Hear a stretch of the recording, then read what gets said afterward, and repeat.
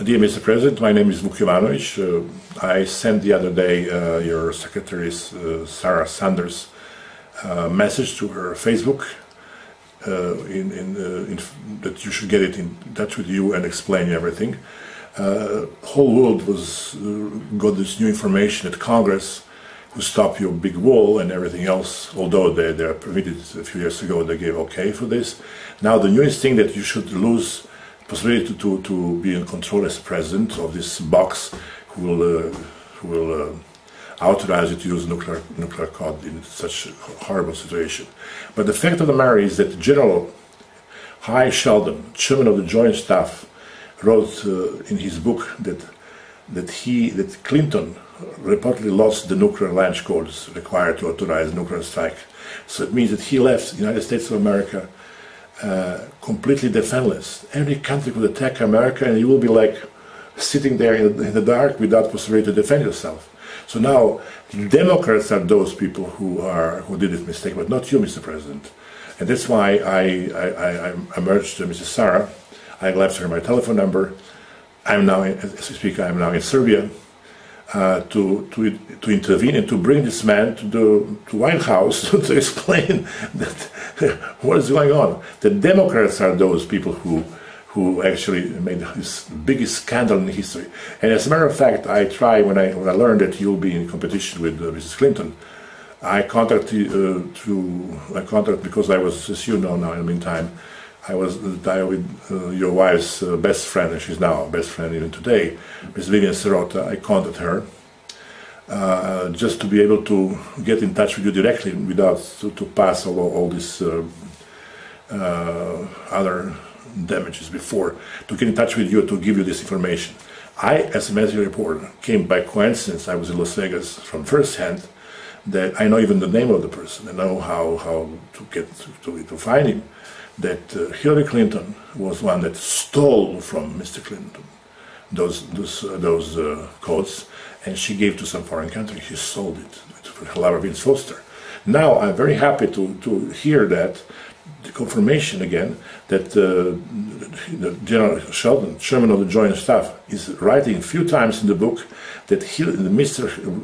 Bill Clinton, knowingly that, left United States of America, ladies and gentlemen, hold the chair, without possibility to use the defend. You have these bombs for what?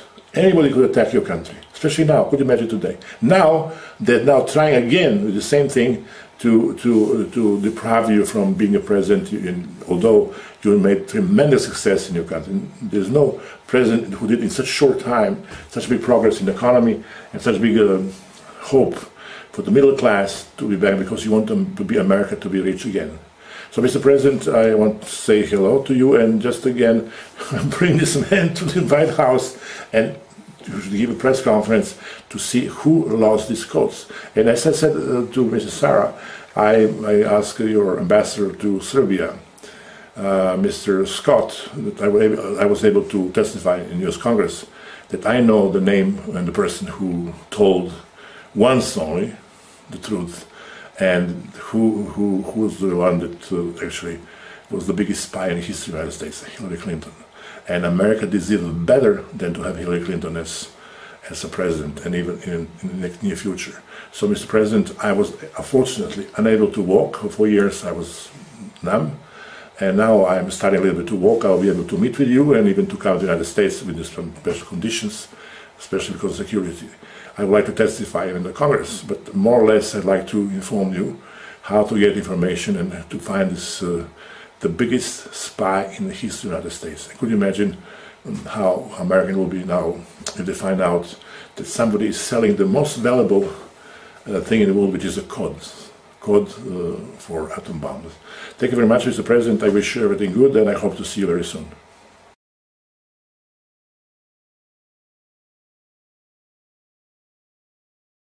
Now, as I proudly stepped into my position as highest-ranking military officer in all of the United States Armed Forces, the principal military advisor to the President and National Security Council, I was excited to serve as a living example to the 3 million-plus men and women of our armed forces that it really is possible to rise to the top of one's profession through character-based leadership and without it being at the expense of others. But what was I stepping into behind the heavily fortified walls of the Pentagon's inner circle? Would subsequent White House gatherings attempt to drag me into more revolting conspiracies? I'd had bosses who'd asked me to steal for them, others to access and falsify their records. I'd seen my share of cowards and relieved them of duty. But never in those 34 years had I seen, or even imagined, anything that came close to a senior cabinet member suggesting I be party to killing one of our great airmen in hopes of starting a war. Was this typical of what really went on at the highest levels of the United States government, the country I had passionately devoted my life to serve? If my first few weeks as chairman were any indication of the challenges the next 4 years would bring, I'd have countless opportunities to call upon those principles deeply ingrained within me as a young boy in a small North Carolina town called Speed.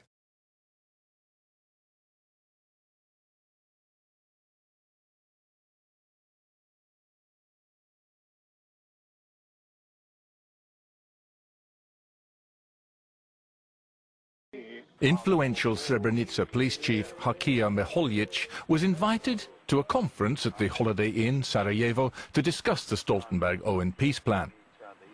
Hakija and the Srebrenica delegation were full of hope. Mi smo došli sa helikopterom na aerodrom i na aerodromu smo iz helikoptera u transporter i transporter nas je dovezao tamo sa ove strane pozadi i mi smo toga uveli su nas u jednu prostoriju gore na ovom spratu. Bio je veliki sto, mi smo seli za sto, mi delegacija i bio je Alija Izetbegović kao predsjedništva Bosne i Hercegovine. Imali smo sastanak sa predsjednikom. The Srebrenica representatives were surprised that the president himself received them. Reći izvorno ono što je rekao predsjednik Izetbegović. Dragi moji Srebreničani, kako ste? Dobro je kako ste vi, predsjednik. Nudi mi Clinton da uđu četnici u Srebrenicu, izvrše pokolj 5000 muslimana i bit će vojna intervencija NATO snaga na srpske položaje u cijeloj Bosni i Hercegovini. Šta vi mislite o tome? Ja sam skočio i kajem, jesu li ti lud? Ko će dati ti na klanje, ti ne ideš, ti na klanje, ti ne ideš. Ovo je ono što je on rekao. I onda je počela rasprava. Da li je to njemu Clinton nudio? Da li nije? Ja ne znam, nemam. Nakon naših izmijenjanih nekoliko riječi, rečenica, gospodin Izetbegović je pitao da li prihvatamo zamjenu Srebrenice i Vogošće, jer ima tu ponudu. Mi smo u glas, tad su i drugi učesnici rekli, predsjedniče, ako ste nas zvali radi toga, niste nas trebali zvati, jer mi nemamo mandat da mijenjamo teritorije, ni da nam je to dao narodu u tome. Izetbegović then ended the meeting. Still appalled by the president's outrageous proposal, Hakija and the Srebrenica delegation were paraded as war heroes. Heroji Srebrenice, Žepe i Goražda, pa vas molim da ih pozdravite.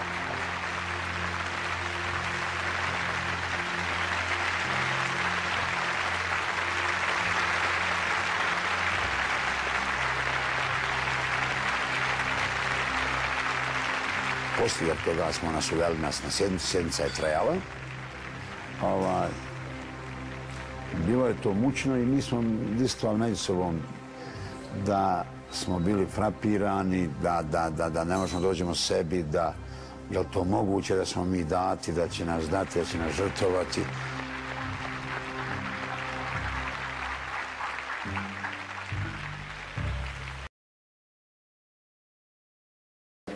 Let me present you tonight our speakers. Our guest of honor today is Major Feldman.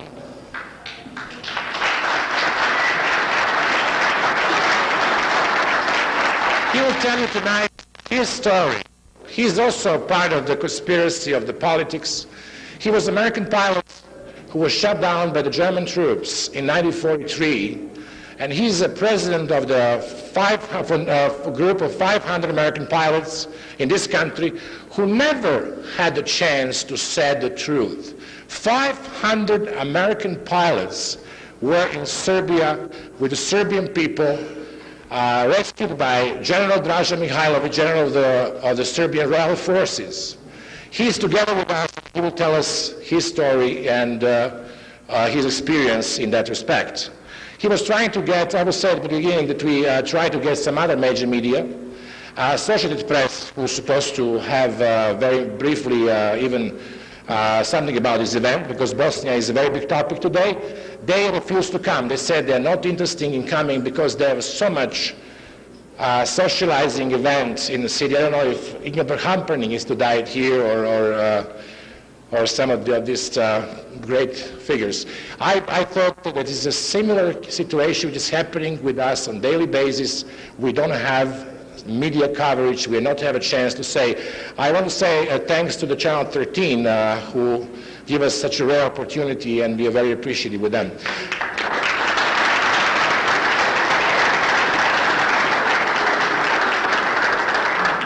Our second speaker is Mr. Ronald Hatchett, who is a professor, PhD at Texas University in Houston. He was a security advisor to President Reagan. He was a member of Reagan administration, big expert on Balkan, and the person who even studied in Yugoslavia. He really knows the whole factuality of the war, all factuality of the history. And I want to say that we are very, very happy tonight that we have Professor Hatchett with us.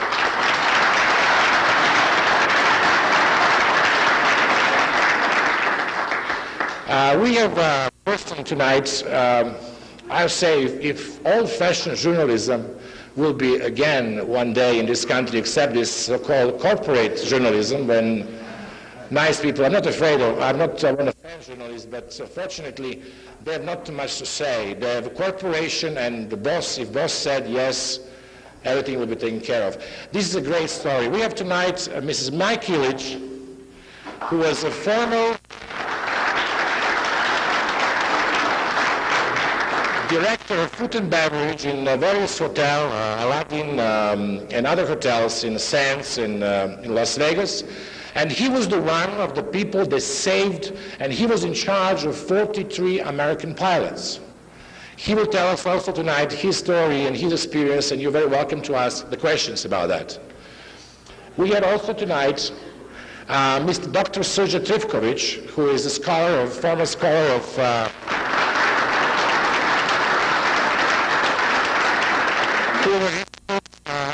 and the executive director of Lord Byron Foundation. We are all tonight here because of our Lord Byron Foundation.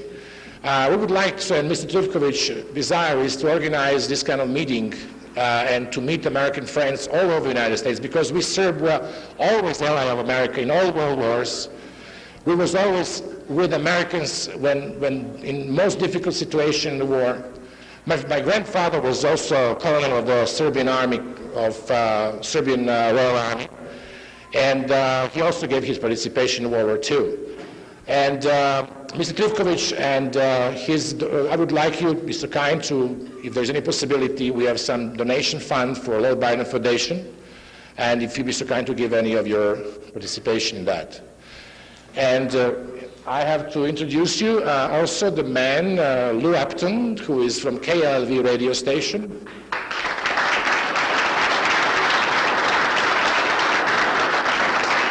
This station is running at 12:30 a.m.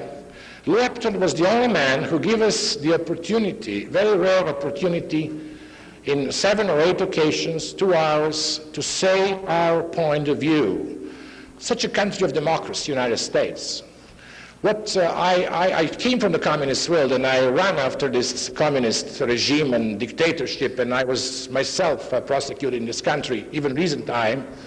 I thought America is my country of dream. But unfortunately, I found here situation, maybe there will be change in the near future, that the media is not presented the factuality of the war, and our game today is to present you that factuality, to tell you our point of view, to tell you other events that happened in Yugoslavia, and we have this opportunity. And ladies and gentlemen, I have a special honor to present you gentlemen who will be running for the President of the United States, distinguished gentleman, former FBI director in 5 states of the United States, and Mr. Ted Garrison.